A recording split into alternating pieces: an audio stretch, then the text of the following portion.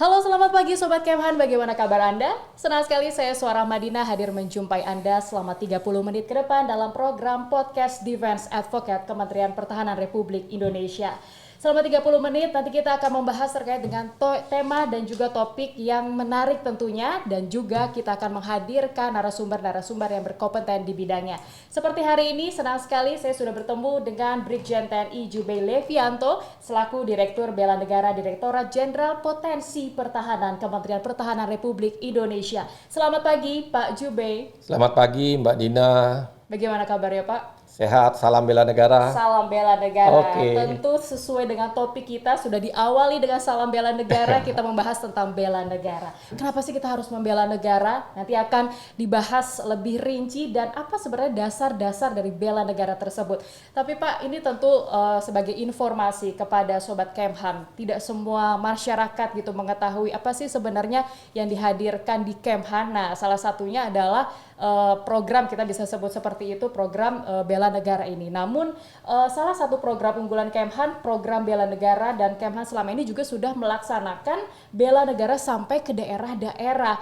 Nah, seperti apa sih Pak sebenarnya bela negara itu dan kenapa kita harus membela negara? Ya, begini Mbak Dina. Bela negara itu adalah satu keharusan, kewajiban setiap warga negara. Itu sudah ada di dalam Undang-Undang Dasar 1945 ya, di pasal 27, pasal 30 yang mengatakan bahwa setiap warga negara wajib ikut serta dalam upaya bela negara. Nah, sekarang ini sudah terbit satu undang-undang baru ya, undang-undang tentang pengelolaan sumber daya nasional, yaitu Undang-Undang nomor 23. Sudah terbit juga PP-nya nomor 3 tentang Turlak dari PSDN tersebut. Sudah banyak nih undang-undang terkait dengan bela negara. Nah, sekarang sudah ada undang-undangnya, berarti kita harus melaksanakan undang-undang itu. Wajib ya Pak, wajib ya? Hukumnya, tidak ada lain, wajib. Setiap warga negara wajib ikut serta dalam upaya bela negara. Oke, upaya membela negara. Lalu sosialisasi apa yang selama ini juga sudah dilakukan Pak? Baik,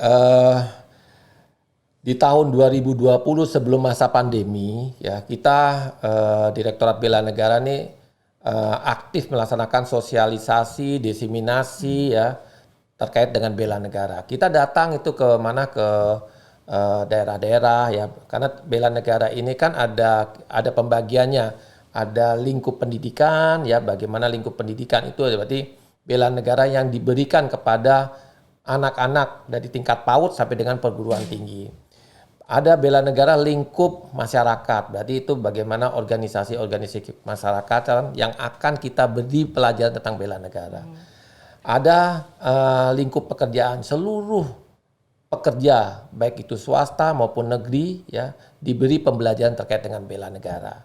Nah, ini semuanya di tahun 2020 kita laksanakan sosialisasi dengan tatap muka. Ya, kita datang ke daerah-daerah ya, menyampaikan pesan-pesan bela negara.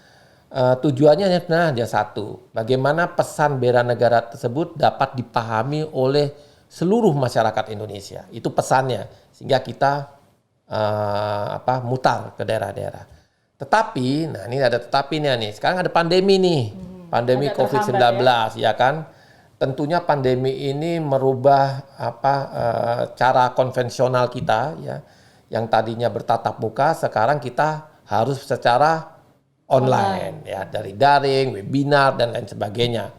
Tentunya ini membutuhkan satu strategi bagaimana kita supaya pesan-pesan bela negara itu tidak mati dengan adanya pandemi ini ya kan.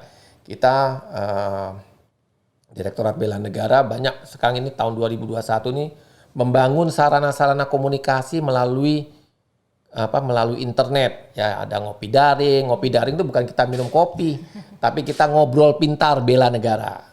Ada website bela negara, ada komunitas bela negara, ada SISinfo sumber daya pertahanan. Itu semua kita buat dengan tujuan adalah menyampaikan pesan-pesan kepada seluruh masyarakat kewajiban masyarakat untuk melaksanakan bela negara. Baik, jadi intinya walaupun ada hambatan, walaupun ada ketakutan, kekhawatiran, kita harus tetap sesuai dengan kewajiban, yaitu membela negara tersebut. Betul. Nah, lalu juga Pak, apa sih sebenarnya hal-hal yang harus dibela dari negara kita ini?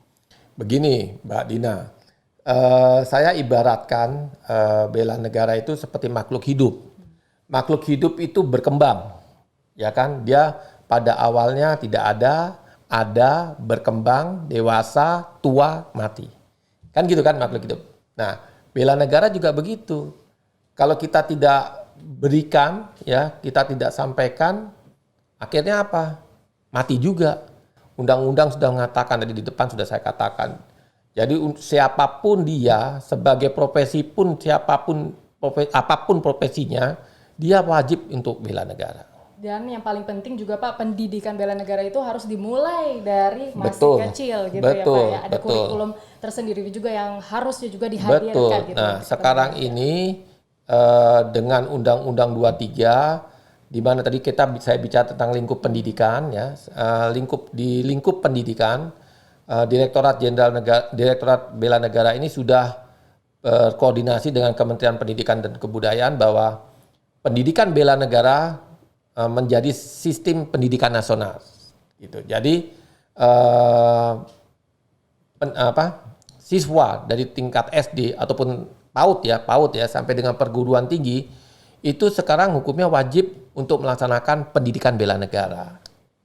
Jadi anak PAUD itu sudah diberikan materi bela negara, SD materi bela negara sampai perguruan tinggi, dan itu masuk dalam mata pelajaran pokok sistem pendidikan nasional, Sirdiknas. Baik, dan juga ini penetapan tanggal 19 Desember nih Sobat Kemhan sebagai Hari Bela Negara. Ya. Apa yang melatar belakangi akhirnya tanggal 19 Desember ini, atau mungkin ada sejarah-sejarah penting di tanggal itu Pak Jupay? Begini, kalau Mbak Dina nanya begitu ya, sebenarnya tadi saya sudah sampaikan di depan, bela negara itu sebenarnya sudah lahir sejak zaman 1908 itu Budi Utomo. Bagaimana pemuda-pemuda kita berkeinginan menyampaikan penyamaan hak terhadap Belanda. Dia sudah mulai bagaimana sih rasanya merdeka tuh seperti apa tuh. Itu kan bela negara banget itu kan.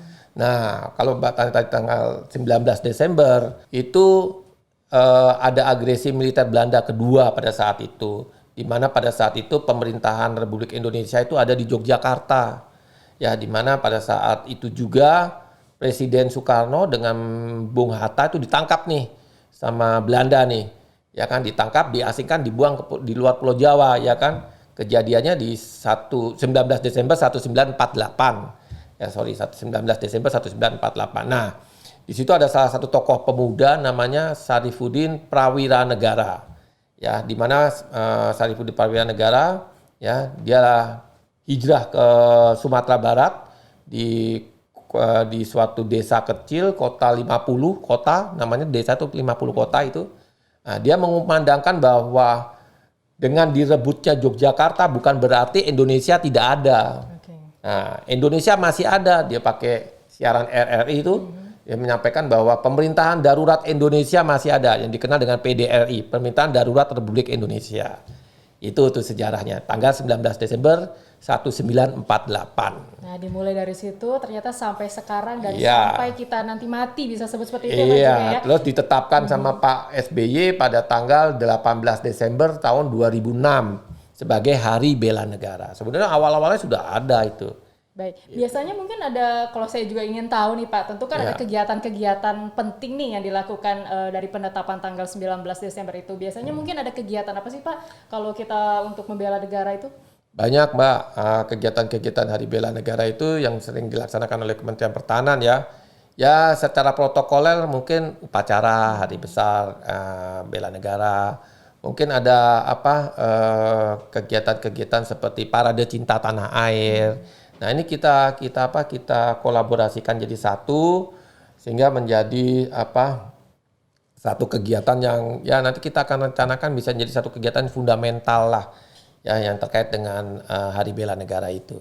Baik, nah lalu juga Pak, saya ingin bertanya terkait dengan bagaimana sih konsep bela negara dalam sistem pertahanan negara dan juga apa saja sebenarnya komponen bela negara sebagai bagian dari sistem pertahanan negara. Gini, komponen bela negara itu em, tadi saya sampaikan ada 3 lingkup ya Pak ya.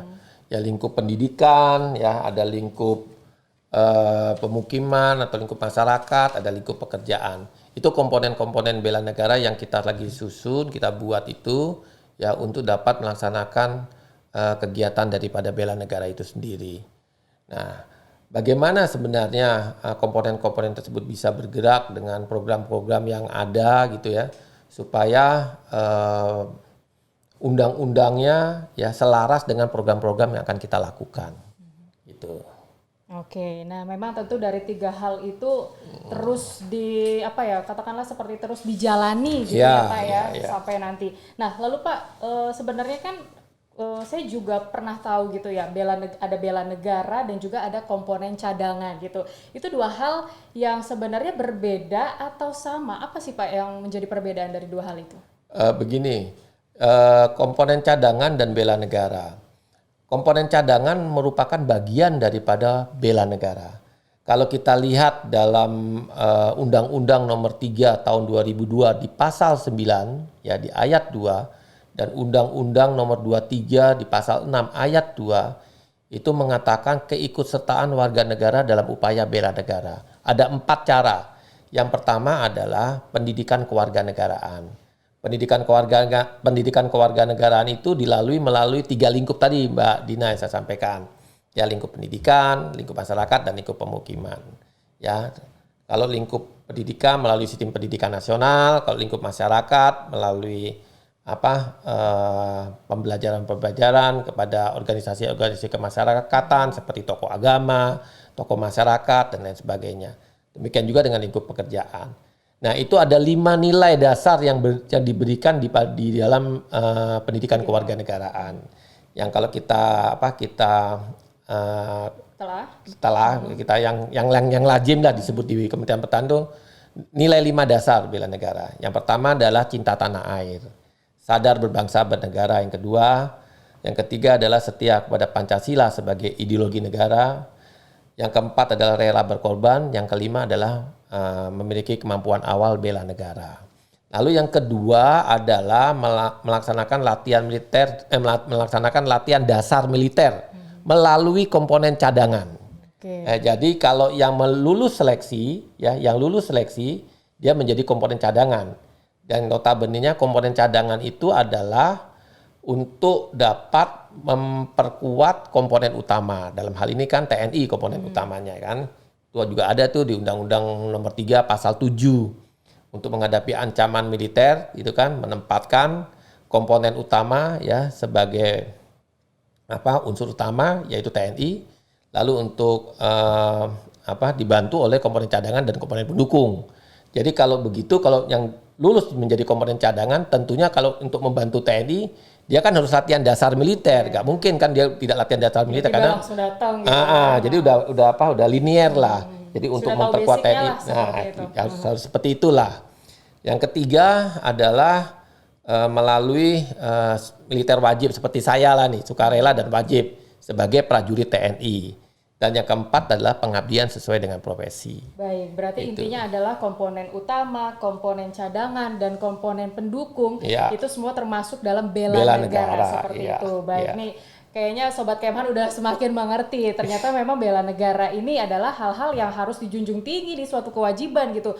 Dan salah satunya adalah ya komponen tadi, beberapa komponen yang juga harus kita ketahui. Nah, lalu juga Pak, apa saja sih program yang sudah dijalankan terkait dengan bela negara yang dilakukan oleh Kementerian Pertahanan? Waduh, banyak banget nih, nggak bosan dengarnya nanti. Nggak bosan sih Pak, tapi mungkin ada yang unggulan karena waktu kita cuma 30 menit, nanti kan sesi berikutnya mungkin ya. Jadi gini Mbak, program-program yang sekarang ini di tahun 2021 ya ini ya, karena kemajuan teknologi ya, kita juga hidup dalam 4.0 ya kan, wah semuanya itu serba, kita hidup sekarang dalam dunia internet, kita tidak lepas dari dunia internet, semuanya kita mau kemana selalu pakai internet ya, kita harus ya kita harus menyesuaikan dengan kondisi seperti itu. Sehingga kegiatan-kegiatan bela negara itu saat sekarang saya sedang membangun salah satu tadi ngopi daring, ngopi bela negara, yaitu ngopi pintar, ngobrol pintar terkait dengan bela negara. Kita sedang membangun web bela negara, kita sedang membangun komunitas bela negara, kita sedang membuat sistem informasi tentang sumber daya pertahanan. Ya, semuanya ini baru di tahun 2021. Kita harus pandai-pandai menempatkan posisi kita. Betul. Karena kalau kita tidak cepat, kita akan terlambat. Gitu. Nah, berarti dia akan tumbuh kembang gitu ya. Iya, gitu. Nah, terus kegiatan-kegiatan sosialisasi juga kita tetap masih ada, namun kita kurangi volumenya. Ya, ada di beberapa daerah, ada di 3 daerah. Lalu kegiatan-kegiatan seperti perbaikan-perbaikan, karena tadi saya bilang ada undang-undangnya kan. Ada Undang-Undang 23, otomatis kalau ada undang-undang itu pasti ada peraturan pemerintahnya. Peraturan pemerintahnya pasti ada peraturan presidennya. Peraturan presidennya pasti ada permennya. Kan berantai semua itu. Dan itu semuanya baru. Jadi kita harus memperbaharui, dan kita ujung-ujungnya adalah Undang-Undang Nomor 23 itu. Baik, dari keseluruhan program yang mungkin belum disampaikan semua nih Sobat Kemhan sama Pak Jowe gitu ya, dari banyak hal program yang saat ini dijalankan dan mungkin nantinya juga ada rencana-rencana lainnya. Mana sih Pak yang paling katakanlah yang paling dominan saat ini? Karena kan memang perbedaan ada nih, ada hambatan seperti masa pandemi ini. Program mana yang nampaknya dominan nih agar masyarakat juga bisa lebih paham lagi ke depannya? Ya. Program yang paling dominan terkait dengan bela negara adalah program yang bisa memberikan pesan terkait bela negara, ya, dapat diterima oleh masyarakat luas, yaitu masyarakat Indonesia, ya, melalui sarana-sarana yang telah kita bangun itu, Mbak. Itu seperti web bela negara, ya, melalui komunitas bela negara, melalui ngopi daring, itu seirama kita jalankan. Intinya tadi satu, bagaimana pesan bela negara itu cepat tersampaikan ke seluruh Indonesia. Itu sebenarnya banyak lagi ada kegiatan penghargaan kepada masyarakat pejuang Timor, ya, yang saat ini yang kemarin mungkin kita sudah laksanakan 2 kali ya. Yang pertama dilaksanakan oleh Bapak Menteri Pertahanan sendiri, ya. Yang kedua tim kita datang ke NTT sana, dan nanti di selesai Lebaran ini kita juga akan memberikan penghargaan bela negara kepada pejuang-pejuang Timor yang dulunya dia pernah berperang di Timor itu kan. Kayaknya sepertinya kan kita kok nggak pernah memperhatikan kan. Nah, sekarang ini kebetulan Bapak Menteri Pertahanan ya memberikan jasa penghargaan, yaitu berupa piagam bela negara dan pin bela negara. Untuk berapa orang itu biasanya Pak? 11.485 orang. Saya kira hanya beberapa saja, ternyata 11.000. Iya, banyak ya. Banyak sekali ya. Banyak sekali yang benar-benar katakanlah mengorbankan dirinya untuk membela negara ini. Jadi jangan sembarangan. Kita jangan lupa jasa pahlawan. Betul. Ya. Karena kita jasa pahlawan, ntar kita dilupakan juga sama anak-anak kita. Ya, jangan sampai itu terjadi. Baik, lalu Pak, kalau terkait dengan di era kekinian lah, masa sekarang teknologi juga sudah semakin canggih. Tentu ada wujud-wujud bela negara gitu yang dapat dilakukan juga oleh masyarakat di era sekarang ini. Apa saja sih Pak biasanya? Begini, tadi di penyampaian saya ada keikutsertaan warga negara dalam upaya bela negara di poin keempat, pengabdian sesuai dengan profesi. Jadi saya kasih contoh, profesi saya sebagai seorang TNI sekarang. Bagaimana sih saya bentuk-bentuk nilai bela negara saya itu sebagai seorang TNI? Kalau TNI sudah jelas kan, dia dilantik menjadi TNI, otomatis dia sudah mengorbankan jiwa raganya untuk tanah air. Bela negara tuh semua profesi semua ini bisa melaksanakan kegiatan bela negara sekarang. Oke, yang penting adalah itu merupakan hal-hal yang positif. Iya, hal-hal yang positif. Betul. Mbak Dina coba bayangkan. Bela negara kan tuh definisinya tekad, sikap, perilaku, ya kan, yang dilaksanakan kan untuk menjadi membuat kebaikan lah, kira-kira seperti itulah kalau dijabarkannya. Apalagi sekarang nih udah ada amanat pemerintah nih, jangan mudik, Ya kan, jangan mudik nih. Ini salah satu bentuk bela negara loh. Betul. Nah tentu dengan hal harus kita beritahu, harus kita informasikan, harus kita sosialisasikan Iya. melalui program-program Iya, bela negara dan juga program-program. melalui podcast di Iya, Pocket ini Pak. podcast ini penting nih. banget, Ya, ya. apalagi ini podcast ini bisa Tersebar tersebar, blast kemana gitu kan, wah luar biasa ini. Jadi sebenarnya untuk mengingatkan kembali gitu masyarakat agar mereka bisa lebih sadar lagi untuk Sobat Kemhan juga. Nah tentu Pak terkait dengan kesadaran tadi, apa sih yang menjadi tantangan tersendiri nih perwujudan bela negara di era globalisasi dan juga kemajuan informasi yang begitu cepat, apalagi teknologi 4.0 gitu kita juga harus mengikuti ya Pak di era tersebut. Ya tantangannya yang jelas ya sumber daya manusianya Mbak. Ya kan sumber daya manusia kita ya belum baik lah, bukan tidak baik ya Mbak ya, belum baik. Ya mari kita tingkatkan sumber daya manusia yang lebih unggul lah dengan mau belajar ya. Dengan situasi-situasi yang seperti ini mau berbuat sesuatu yang terbaik lah gitu. Lalu yang sudah baik jangan menyebarkan hoak gitu kan, menyebarkan berita-berita yang tidak benar ya, membuat resah dan lain sebagainya. Kan banyak nih kan teknologi ini sekarang menurut data hotline itu menyampaikan bahwa jumlah penduduk kita itu kurang lebih 270 juta. Tapi pengguna handphone itu jumlahnya 318 juta. Berarti lebih banyak handphonenya daripada jumlah manusianya. Nah, kalau handphonenya ini lebih banyak ya otomatis kalau disampaikan nilai-nilai yang positif sih oke-oke saja. Tapi kalau disampaikan berita-berita hoak, aduh, saya sampai saat ini masih prihatin lah. Ya kita semua prihatin, terutama kalau kita lihat medsos kita tuh masih banyak berita-berita hoak, berita-berita miring, berita-berita yang mengganggu cara berpikirnya anak-anak muda. Ya kan Mbak ya, terus terang aja kan, itu yang mempengaruhi cara berpikir sehingga anak muda kita tuh terjerumus, cepat terpengaruh ya, tidak siap menerima berita-berita itu. Baik. Itu harus kita beritahu lah kira-kira seperti itu. Kalau dari Kemhan sendiri, tantangan untuk terus menyuarakan bela negara ini apa saja sih Pak Jube? Biasanya mungkin bisa diceritakan nih, karena kan Pak Jube udah lama sekali gitu ya, dan sebenarnya bukan Pak Jube saja yang bela negara, saya pun demikian. Iya. Gitu. Tapi Bapak kan punya tugas tersendiri nih, apa yang sebenarnya menjadi tantangan? Tantangan sih semuanya ada ya Mbak ya, tantangan tuh semuanya ada. Tapi saya seminimal mungkin lah dapat mengeliminir tantangan-tantangan tersebut. Kita jangan cepat menyerah ya dengan tantangan-tantangan itu. Lalu kita jangan sampai berbuat untuk bela negara ini berdasarkan dengan program-program yang ada karena kurang dana dan sebagainya. Tidak, bukan seperti itu. Tapi kita harus punya tekad, sikap gitu loh. Walaupun tidak ada apa-apa, kita tetap maju. Gitu. Kita tetap menyuarakan, kita tetap semangat bahwa rakyat kita tuh butuh sosialisasi pengertian tentang bela negara.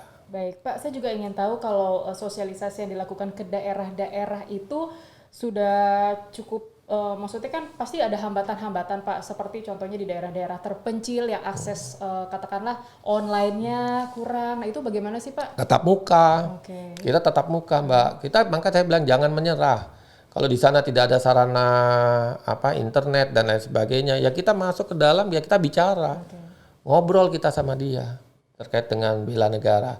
5 nilai dasar tadi Mbak, bagaimana mencintai tanah air. Implementasinya apa sih nilai cinta tanah air itu?